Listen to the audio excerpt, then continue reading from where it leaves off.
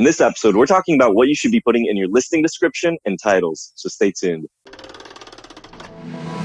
Vacation Rental Machine helps hosts just like you learn how to start, grow, and scale your short-term rental business. This show is all about creating systems that help you automate your business, giving you more time and money freedom. If you're ready to start living the vacation rental life, then subscribe to this podcast today. Come and join us on our Facebook group, The Host Nation, where we'll be talking about starting, automating, and scaling a short-term rental business. Now, on to the show. Hey, what is going on, Host Nation? And welcome to another episode of Vacation Rental Machine. I have the special honor today of speaking with John Bell. I'm in Florida, though. John is still in the DC area. Where are you right now, John, actually?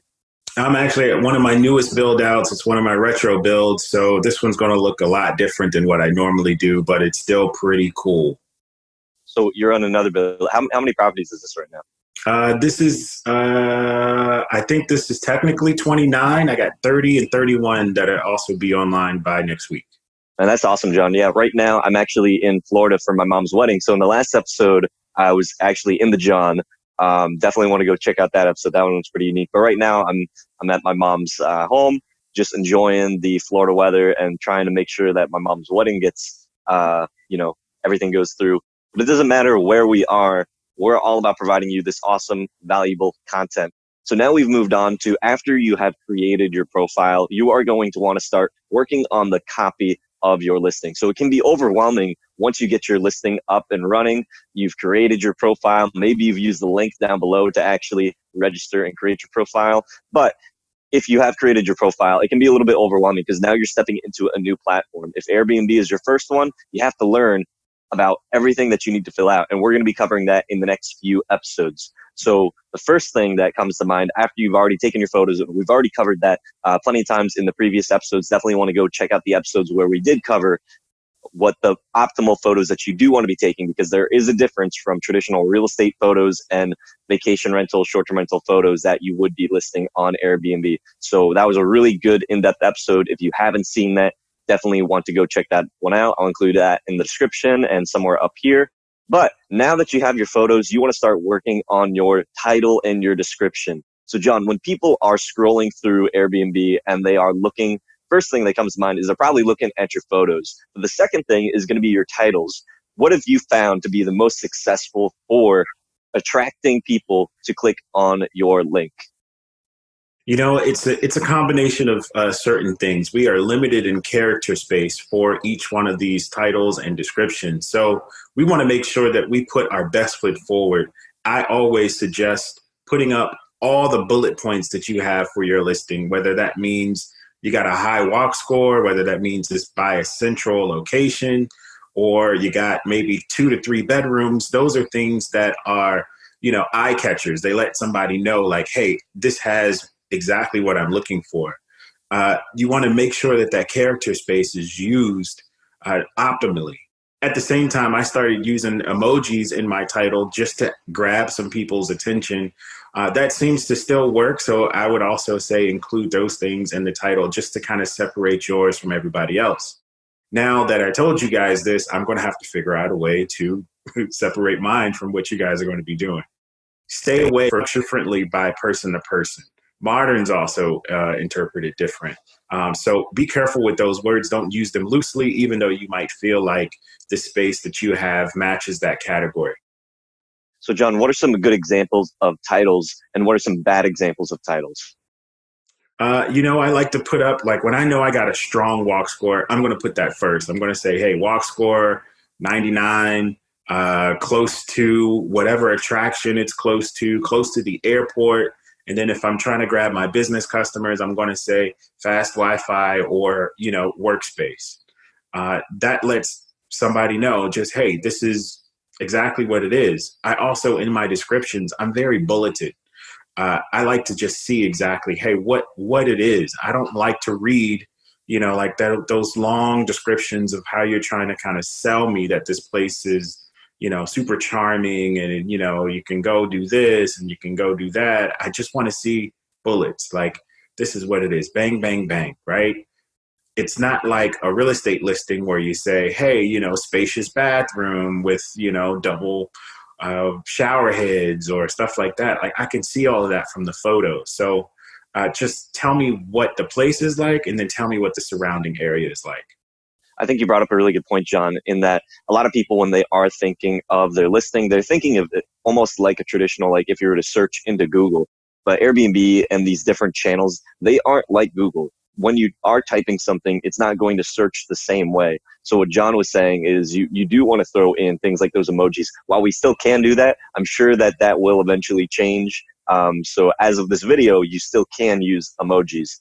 But like what John was saying was that you're not trying to use those filler words that would be in traditional real estate. Where in traditional real estate, where they're trying to like sell you this beautiful experience and all of this, what John recommends is that you are bulleting everything out and making it easy for someone so that when they do see your photo, they have a really attractive photo that will attract the type of guests that you are looking for, a title that will pop, including some of those emojis, including what is the reason why they are going to click on your title. And then when they get to the description, they're seeing exactly very quickly, this is what's included, this is what's included, this is what's included, instead of writing a long paragraph.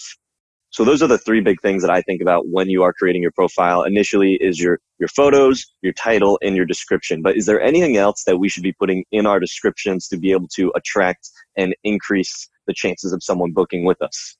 Yeah, one mindset is that this is the first thing that somebody sees.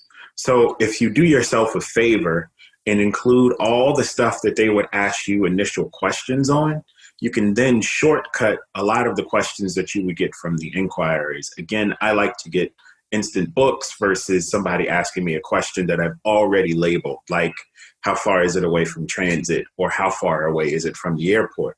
If we bullet those items, then we can tell the guest, hey, this is what it is right now. Like, I've answered your question already. So John, with over 30 properties, you probably get a lot of inquiries about your different listings, and they probably have a lot of different questions. How are you able to cut back on how frequently people are messaging you prior to booking? I just include that information up front. So again, like if they're asking about Metro, if they're asking about vicinity to wherever, if I know it's close to a convention center, I'm going to put all that stuff right in front of them prior to them even messaging me. I want them to just see it and know it. And when they do ask, I'm pretty much going to copy and paste what I put on the listing because it is already right there. Some people still ask a question. I feel like that's just a test, just to see, hey, is there somebody that's going to be responsive?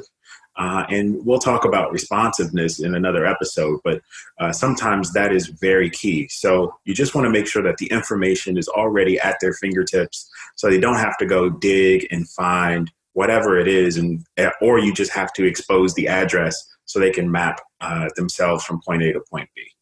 Right. It really sounds like what you are trying to do is you're not trying to create some very unique, very creative type of experience. You are literally just listening to what your customers are asking for. If your clients are saying, hey, where is the closest metro, or how long does it take to get to DC? Maybe those are signs that you should be putting these things in your description or in your title so that when people are going through, they automatically have the answer. And instead of you having to go back and create an automated message, or without you having to manually go and type in a response, they can already have that. And that will allow them to be more inclined to book with you, because if somebody else has that in their description, like, 5 minutes to Metro, then maybe they'll be more inclined to book with them because that's what the answer that they were looking for. If that's what I'm understanding, John. You got it. So it's all about answering your guest questions and attracting them to your listings. So you're trying to stand out, and standing out has to come from your photos to your title and then the description. And if they're not sold by that, then maybe that place wasn't the type of place that was trying to fulfill their need. That wasn't your ideal client. So this really all falls back to step one, which is your branding. What is your branding? What is your target customer? Because if you don't know who you're trying to attract, then you're not going to attract anybody.